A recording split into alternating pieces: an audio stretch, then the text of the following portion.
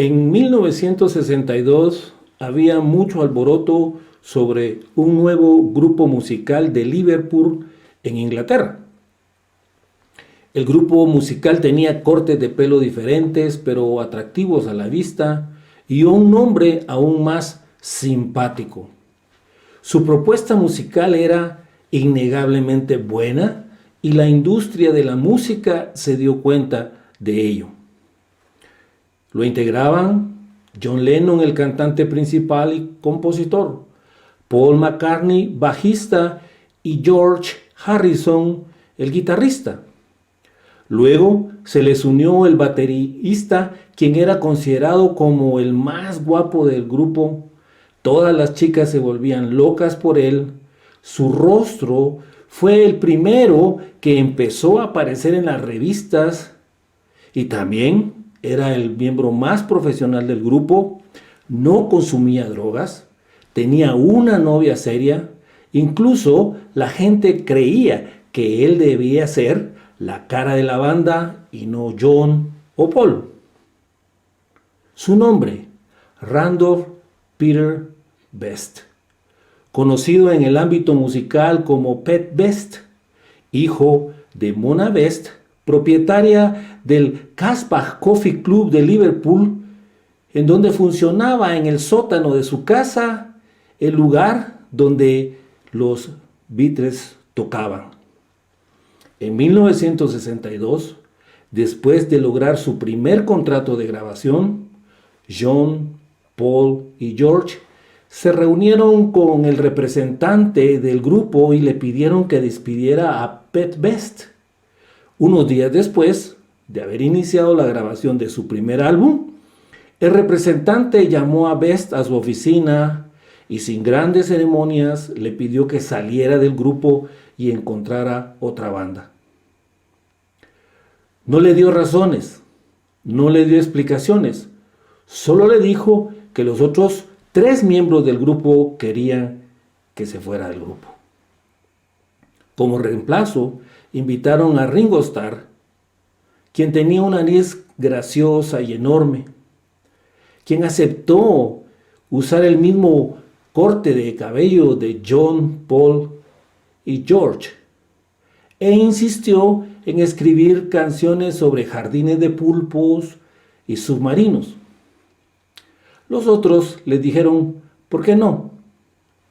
En 6 meses, después de la salida de Best, la Beatlemanía estalló y las caras de John, Paul, George y Ringo se convirtieron posiblemente en las más famosas del planeta. Mientras tanto, Best se sumió en una profunda depresión y dedicó mucho tiempo a beber. El resto de los años 60 no fue amable con Pete Best. Para 1965 ya había demandado a 2 de los Beatles por calumnia. Y todos sus proyectos musicales fracasaron de forma terrible. Y en 1968 intentó suicidarse. Su vida era un naufragio. Best nunca se convirtió en una superestrella ni ganó millones de dólares. Sin embargo, en muchos aspectos terminó mejor que otros. En una entrevista en 1994 dijo: "Soy más feliz de lo que habría sido con los Beatles". Explicó que las circunstancias que lo alejaron de los Beatles al final propició que conociera a su esposa y que tuviera hijos.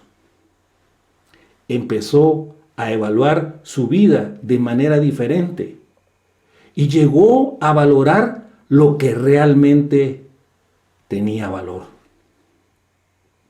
La fama, la gloria, hubieran sido agradables.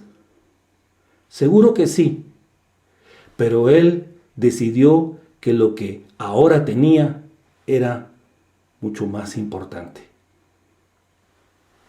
una familia grande y unida, un matrimonio estable, una vida sencilla. Además, llegó a dar conciertos como baterista, realizó giras en Europa y grabó discos hasta bien entrados los años 2000. Entonces, ¿qué perdió y qué ganó? Luego de responder apropiadamente a las tempestades de la vida, lo que ganó significó mucho más para él. ¿Qué es una tempestad? El sufrimiento suele compararse con una tempestad natural, porque cuando sufrimos experimentamos una tempestad emocional que puede afectarnos tanto física como mental como espiritualmente. En la naturaleza, una tempestad es una perturbación atmosférica calificada como impetuosa y violenta, como una tormenta grande, especialmente marina, con vientos de extraordinaria fuerza acompañados de electricidad.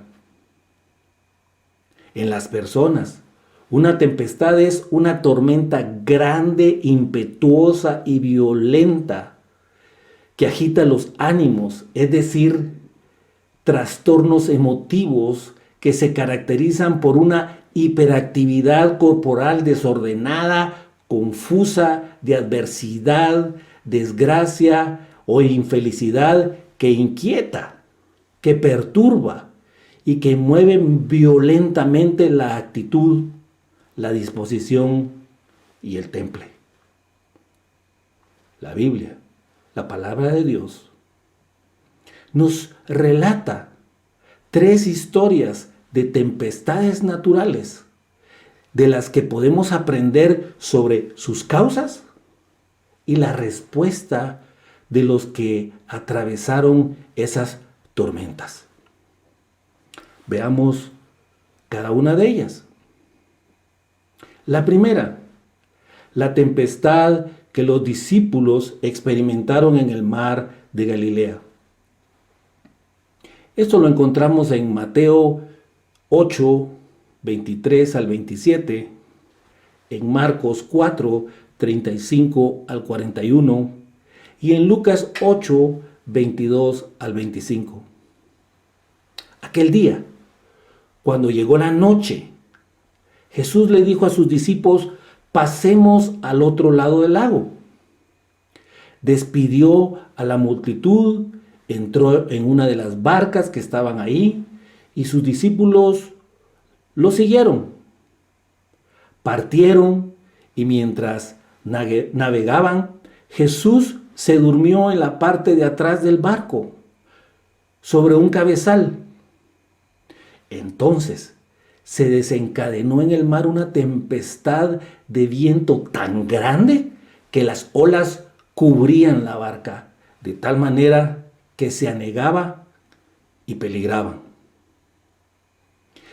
Y cuando vieron sus discípulos esto, despertaron a Jesús y le dijeron: Maestro, Maestro, ¿que no tienes cuidado que perecemos? Señor, sálvanos que perecemos. Él les dijo: ¿por qué estáis así amedrentados? ¿Dónde está vuestra fe? ¿Por qué teméis, hombres de poca fe? Levantándose, reprendió a los vientos, reprendió a las olas del mar y le dijo al mar: calla, enmudece, y cesaron las olas, y cesó el viento, y el mar se quedó tranquilo y sereno. Atemorizados, los discípulos se maravillaron y se decían unos a otros: ¿qué hombre es este que aún los vientos y las aguas del mar manda y le obedecen? Los discípulos hicieron lo que Jesús les indicó. Subieron con él a la barca.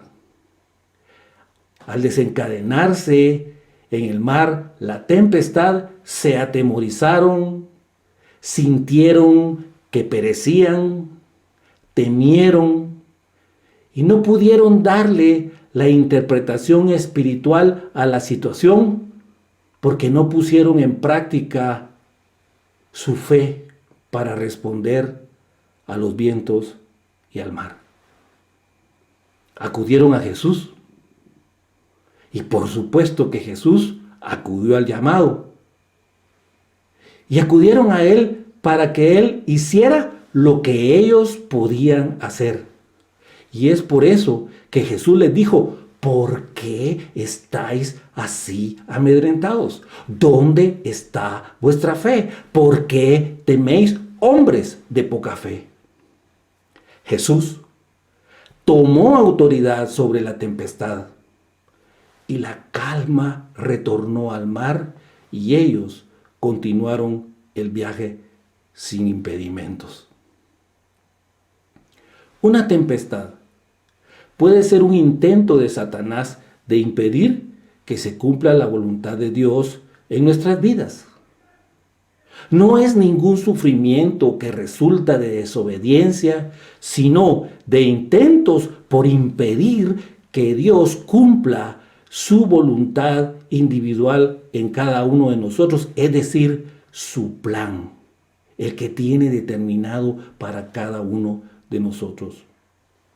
Cuando nosotros enfrentamos este tipo de tempestad y estamos seguros que andamos en la voluntad de Dios, como Jesús, debemos tomar autoridad sobre la tempestad con mucha fe, porque al igual que Jesús lo dejó ver a sus discípulos, si estamos en la voluntad de Dios, también tenemos la autoridad para levantarnos, corregir y amonestar a las tempestades que vienen a nuestra vida de parte del enemigo y esperar que luego tengamos tiempos tranquilos, serenos y prósperos.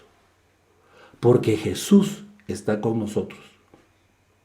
Porque Jesús nos ha dado esa autoridad.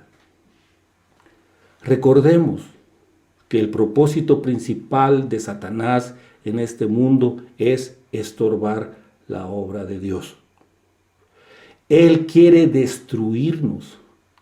Él quiere estorbar para que nosotros no recibamos ni alcancemos todo lo bueno que Dios tiene preparado para cada uno de nosotros, empezando por la salvación. No quiere que se realice en nosotros el plan individual de Dios para que cada uno de nosotros pueda recibir de Dios todo lo que tiene Él preparado para nosotros y que nosotros no podamos ser instrumentos de bendición para otros ni desarrollar el plan que Dios tiene para nuestras vidas. Satanás quiere ser el Señor de nuestras vidas y quiere gobernarlas. Jesús se lo advirtió a Pedro. En Lucas 22:31 le dijo: Simón, Simón, he aquí, Satanás os ha pedido para zarandearos como a trigo. Satanás quiere quitarnos todo lo bueno que Dios tiene para nuestras vidas. Y Jesús lo dejó muy claro cuando en Juan 10:10 dijo que el ladrón no viene sino a hurtar, a matar y a destruir. Satanás quiere que estemos cautivos y que estemos atados a su voluntad. En 2 Timoteo 2:26 la Biblia nos dice que todos los hombres estamos expuestos a ser cautivos de la voluntad de Satanás y que si lo estamos, debemos escapar del lazo del diablo, que es lo que nos tiene cautivos a la voluntad de él. La segunda tempestad que la Biblia nos relata es la tempestad que Jonás experimentó en el mar Mediterráneo. Y eso lo encontramos en Jonás capítulo 1, versículos del 1 al 16. Dios le pide a Jonás que se levante y salga. Jonás estaba en su ciudad natal, Gat-Hefer. Es una pequeña aldea en Galilea, y que se fuera para Nínive, hoy en día a unos 1141 kilómetros de distancia, y que le dijera a los de Nínive que había visto lo malo que eran. Pero Jonás, en vez de ir a Nínive, se levantó para huir de la presencia de Jehová lo más lejos posible. Y en lugar de ir de su ciudad para Nínive, se fue de su ciudad al puerto de Jope, actualmente a una distancia de unos 113 kilómetros. Allí, Jonás halló una nave que partía para Tarsis, que es una ciudad que está al sudeste de España, a unos 3.400 kilómetros del puerto de Jope. Jonás pagó su pasaje. Se embarcó contento de irse lo más lejos posible de Dios. Pero cuando ya estaba en alta mar, Dios mandó un viento muy fuerte que pronto se convirtió en una terrible tempestad. El barco estaba a punto de romperse en pedazos. Cada uno de los marineros, temblando de miedo, llamaba de gritos a su Dios. Ya desesperados, arrojaron al mar toda la carga del barco para quitarle peso. Mientras tanto, Jonás dormía plácidamente en la bodega del barco. El capitán se le acercó y le dijo: ¿Qué haces aquí, dormilón? Levántate y pide ayuda a tu Dios. Tal vez nos salve al ver que estamos en peligro. Al mismo tiempo, los marineros decían: echemos suertes para ver quién es el que tiene la culpa de nuestra desgracia. Echaron suertes y Jonás resultó culpable. Entonces, los marineros preguntaron a Jonás: dinos ya, ¿por qué estamos sufriendo todo esto? ¿En qué trabajas? ¿De dónde vienes? ¿Cuál es tu país? ¿De qué nacionalidad eres? Y Jonás respondió: soy hebreo y adoro a nuestro Dios soberano y creador de todas las cosas. Lo que está pasando es culpa mía, pues estoy huyendo de él. Los marineros, dice la Biblia, llenos de terror, le dijeron: ¿por qué has hecho esto? ¿Qué podemos hacer contigo? El agua se nos viene encima y la tormenta se está poniendo más violenta. Y Jonás les dijo: échenme al mar y el mar se calmará. Esta terrible tempestad cayó sobre ustedes por mi culpa. Los marineros empezaron a remar con todas sus fuerzas, tratando de acercar el barco a tierra, pero no pudieron. Las olas eran cada vez más altas y la tormenta casi los destruía. Desesperados, gritaron: Dios, por favor, no dejes que nosotros muramos por matar a este hombre inocente. No nos culpes de su muerte, pues eres tú, Dios mío, quien has querido hacer esto. Entonces los marineros tomaron a Jonás y lo tiraron al mar. De inmediato, el mar se calmó. Al ver lo sucedido, los marineros reconocieron al Dios de Israel y lo reconocieron como su Dios y le presentaron ofrenda y prometieron seguir adorándolo.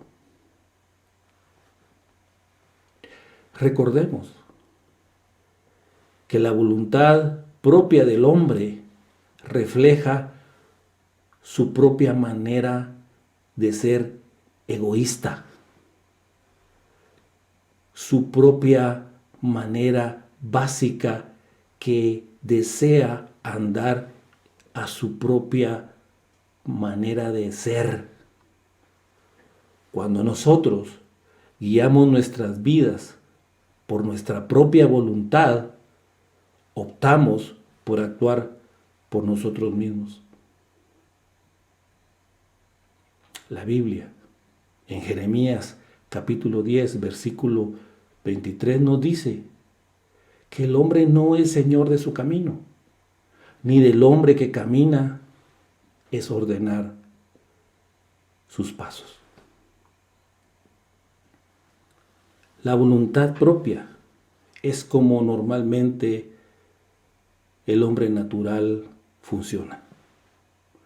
Al respecto, 2 Pedro capítulo 2, versículo 10 nos dice: y mayormente aquellos que siguiendo la carne andan en concupiscencia e inmundicia y desprecian el señorío, atrevidos y contumaces, no temen decir mal de las potestades superiores. El pecado, los sufrimientos y las consecuencias de los mismos son el resultado de la decisión voluntaria y decidida del hombre de vivir de acuerdo a su propia voluntad y no de acuerdo a la voluntad de Dios. Y la Biblia nos dice que vivir de acuerdo a la propia voluntad es característico de hombres malos. En el Salmo 27:12, David le pedía al Señor que no lo entregara a la voluntad de sus enemigos, porque ellos eran testigos falsos que respiraban crueldad. La Biblia nos enseña y nos instruye en Proverbios 3:5 que todo creyente debe fiarse de Jehová con todo su corazón y no apoyarse en su propia prudencia. La tercera historia que encontramos de una tempestad en la Biblia, encontramos en la tempestad que el apóstol Pablo y 276 personas experimentaron en el mar Adriático. Y eso lo encontramos en Hechos capítulo 27, versículos 13 al 44. Pablo estaba despidiéndose de los hermanos en Mileto y les dijo que debía ir a Jerusalén, pues el Espíritu Santo se lo había ordenado. Les dijo que él no sabía lo que pasaría allá, pero que a donde quiera que él iba, el Espíritu Santo le decía que en Jerusalén lo iban a meter a la cárcel y lo iban a maltratar mucho. En su viaje hacia Jerusalén, en la ciudad de Cesarea, el profeta Ágabo le dijo a Pablo que el Espíritu Santo dijo que en Jerusalén los judíos lo atarían de pies y manos para entregarlo a las autoridades de Roma. Y tal como el Espíritu Santo y el profeta Ágabo le habían dicho que pasaría, pues sucedió. En Jerusalén, Pablo fue arrestado y fue llevado a prisión. Y en prisión se le presentó el Señor y le dijo: ten ánimo, Pablo, pues como has testificado de mí en Jerusalén, así es necesario que también testifiques en Roma. Pablo fue llevado a Roma por barco. Y durante el viaje de pronto comenzó a soplar un viento suave. Pero al poco tiempo se convirtió en un huracán. y el fuerte viento empezó a pegar en contra del barco. No podían navegar contra el viento, se tuvieron que dejar llevar por él. Pasaron frente a la costa sur de una isla pequeña que los protegió del viento. Subieron el bote salvavidas, usaron las cuerdas y con ellas trataron de sujetar el casco del barco para que no se rompieran. Tenían miedo que el barco se quedara atrapado en los depósitos de arena. Bajaron las velas, dejaron que el viento los llevara donde quisiera. Al día siguiente, la tempestad empeoró, por lo que todos empezaron a echar la carga al mar. 3 días después, también echaron al mar todas las cuerdas que usaban para manejar el barco.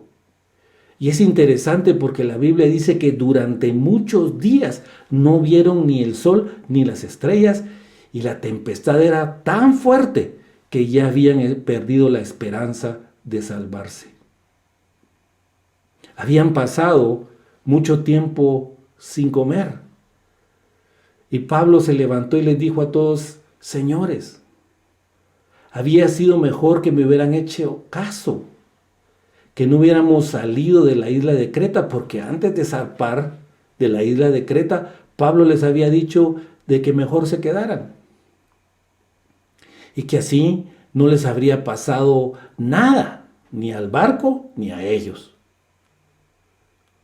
Y les dijo que no se pusieran tristes, porque ninguno de todos ellos iba a morir, que solo se perdería el barco. ¿Por qué? Porque anoche, les comentó, se le apareció un ángel enviado por Dios. Y él les dijo: anoche se me apareció un ángel enviado por el Dios a quien yo sirvo y pertenezco. Y el ángel me dijo: Pablo, no tengas miedo, porque tienes que presentarte ante el emperador de Roma. Gracias a ti, no dejará que muera ninguno de los que están en el barco. Así que, aunque el barco se quedara atascado en una isla, alégrense, pues yo confío en Dios y estoy seguro de que todo pasará como el ángel me dijo. El viento los llevaba de un lugar a otro.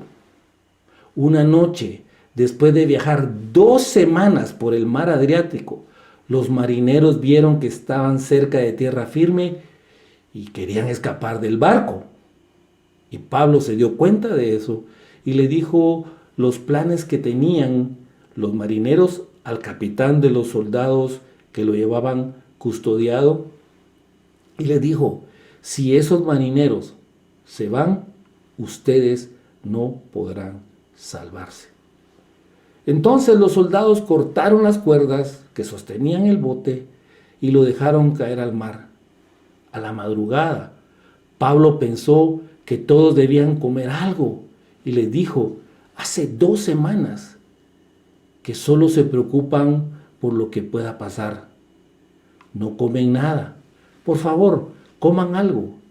Es necesario que tengan fuerzas, pues nadie va a morir por causa de este problema. Pablo tomó un pan, oró delante de ellos, le dio gracias a Dios, partió el pan y empezó a comer. Y la Biblia dice que todos se animaron. Y la Biblia dice que todos comieron. En el barco había 276 personas y la Biblia dice que finalmente todos se salvaron. Recordemos que la voluntad de Dios para nuestras vidas es, según Romanos capítulo 12, versículo 2, buena, agradable y perfecta. Y este concepto bíblico tan básico es el que debemos aprender y atesorarlo para luego vivir en la preciosa verdad revelada en Jeremías capítulo 29, versículo 11, que nos enseña porque Dios sabe los pensamientos que tiene acerca de cada uno de nosotros.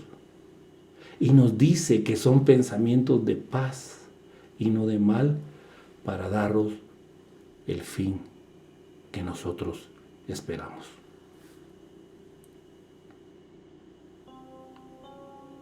Jonás se puso en la tempestad por sí mismo.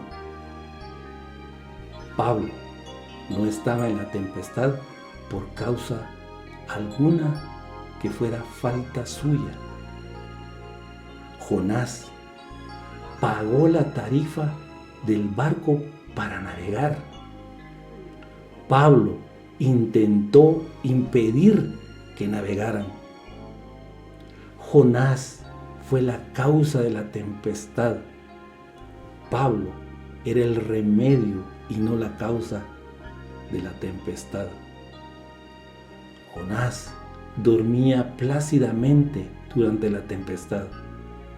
Pablo ayunó y oró. La bendición de Dios no estaba con Jonás. La bendición de Dios sí estaba con Pablo. La tripulación del barco de Jonás estaba temerosa, y la tripulación del barco donde estaba Pablo finalmente estaba de buen ánimo. Para ser salvo de la tempestad, Jonás tuvo que ser expulsado de la barca. Pero para ser salvo, en el caso de la tempestad que tuvo que enfrentar Pablo y todos los que iban en el barco, todos debían permanecer en la nave. Hay grandes diferencias entre pasar una tempestad dentro de la voluntad de Dios y experimentar una tempestad fuera de la voluntad de Dios. Cuando nosotros entramos en una tempestad fuera de la voluntad de Dios, es una situación que nosotros mismos hemos creado. Por ejemplo, cuando un creyente se casa en yugo desigual, por supuesto que experimentará tormentas de problemas porque ha violado un principio bíblico. Cuando nosotros causamos una tempestad es porque violamos la voluntad de Dios y somos desobedientes a sus mandamientos. Y frecuentemente nosotros no estamos conscientes de la gravedad de nuestra situación. Nos sentimos tranquilos espiritualmente, mientras la tempestad aumenta su furia, no solamente en nosotros, sino alrededor nuestro. La tempestad no es un ataque de Satanás. Es una maravillosa oportunidad de aprender disciplina y corrección para volvernos a la voluntad de Dios. Cuando reconocemos que una tempestad es el resultado de nuestra desobediencia, lo único y más eficiente que podemos hacer como remedio es arrepentirnos y pedir perdón. Cuando nosotros entramos en una tempestad según la voluntad de Dios, la situación es totalmente diferente. Cuando nosotros no causamos la tempestad, cuando no fue por alguna falta nuestra o algún pecado, podemos ser el remedio de los problemas alrededor nuestros en lugar de la causa. Así como Pablo, podemos asumir la dirección espiritual porque la bendición de Dios está en nosotros. Podemos traer estímulo a otros porque nosotros somos la solución a la tempestad y no la causa. No debemos salir de la nave. No debemos correr del problema. Debemos permanecer en el barco en medio de la tempestad, porque si Dios está ahí, nosotros saldremos victoriosos. Cuando nosotros entramos en una tempestad por causa de hacer algo dentro de la voluntad de Dios, desarrollando nuestro ministerio, enfrentaremos al enemigo.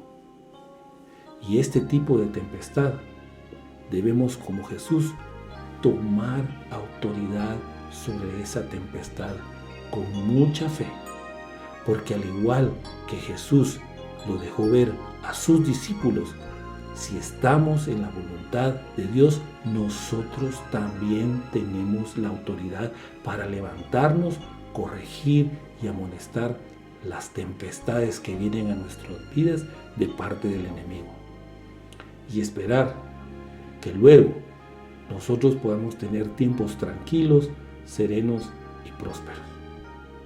Porque Dios, a través de Jesús, nos ha dado esa autoridad y Jesús está con nosotros. El propósito principal de Satanás es estorbar la obra de Dios. Quiere destruirnos. Quiere ser el que gobierne nuestras vidas. Entonces, ¿qué perdemos? ¿O qué ganamos? Si sabemos responder apropiadamente a las tempestades de la vida, lo que ganaremos significará mucho más para nosotros, porque escoger a Dios y a sus cosas es la respuesta apropiada a las tempestades en nuestra vida. Oremos. Padre, en el nombre de Jesús te damos gracias por tu bendita palabra. Gracias por dejarnos ejemplos en la Biblia de tempestades, en donde podemos aprender